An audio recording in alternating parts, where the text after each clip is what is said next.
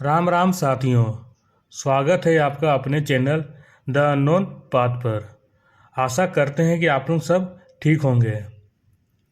आज हम बात करेंगे हिंदू धर्म का छुपा हुआ रहस्य। क्या आपने कभी सोचा है क्यों हिंदू धर्म को सिर्फ धर्म नहीं बल्कि सनातन धर्म कहा गया? क्या वजह है इसके हर नियम, हर मंत्र, हर प्रतीक के पीछे छिपा है ऐसा वैज्ञानिक रहस्य जिसे आज तक कोई पूरी तरह समझ नहीं पाया। आज हम खोलने वाले हैं वो सच जो हजारों साल पहले वेदों में लिखा गया, पर जिसे आधुनिक दुनिया ने नज़रअंदाज कर दिया। यह है हिंदू धर्म का छिपा हुआ रहस्य। हिंदू धर्म की कोई शुरुआत नहीं मानी जाती क्योंकि इसे सनातन कहा गया, जिसका अर्थ है जो सदा से है और सदा रहेगा। वेदों में लिखा है, नास दिए सुक्त, जब कुछ नहीं था तब भी वो चेतना थी जो हर कण में आज भी मौजूद है। वेद सिर्फ धार्मिक ग्रंथ नहीं बल्कि ये है कोड्स ऑफ यूनिवर्सल एनर्जी।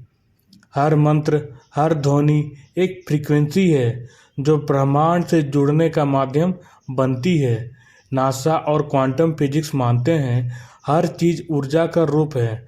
हजारों साल पहले ऋषि कहते थे सर्वम खल्विदं ब्रह्मा, यानी सब कुछ ब्रह्मा है। क्या यह संजोग है या प्राचीन विज्ञान की सच्चाई?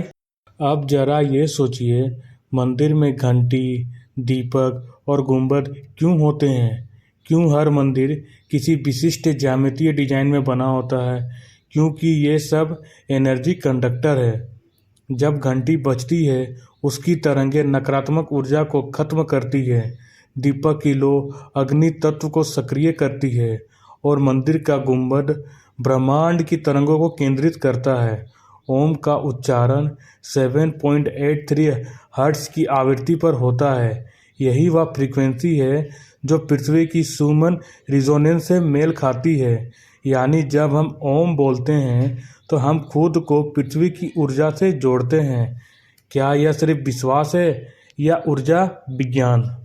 सनातन धर्म के हर साधन का उद्देश्य है ऊर्जा का जागरण। योग सिर्फ शरीर मोड़ने की कला नहीं, यह है चेतना को ब्रह्मांड से जोड़ने का मार्ग। प्राणायाम से हमारी कोशिकाएं ऑक्सीजन और ऊर्जा से भर जाती है।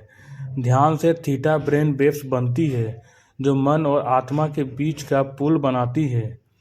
कुंडलिनी योग में कहा गया है हर इंसान के भीतर सर्पाकार ऊर्जा सोई हुई है।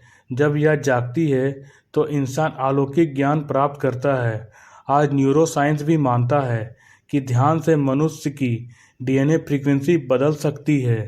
क्या यही वही आत्म साक्षात्कार है जिसकी बात उपनिषद करते थे? कुछ रहस्य आज भी अनसुलझे हैं।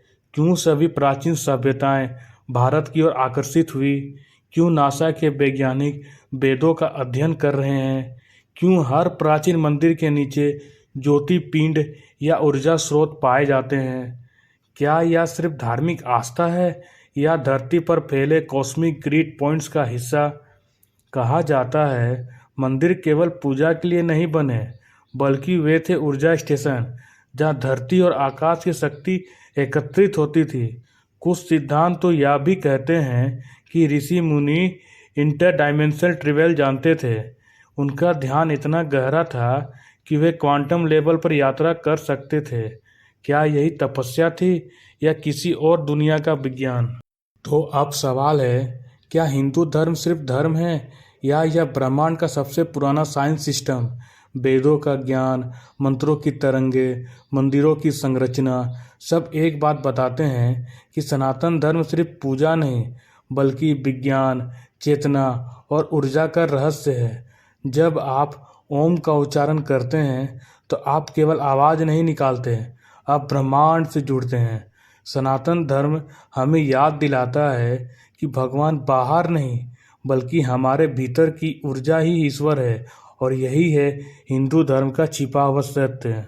तो साथियों, अगर आपको ये वीडियो पसंद आए तो चैनल को लाइक, शेयर एंड सब्सक्राइब करें और आप भी बताएं कि अगला टॉपिक किस पर हो।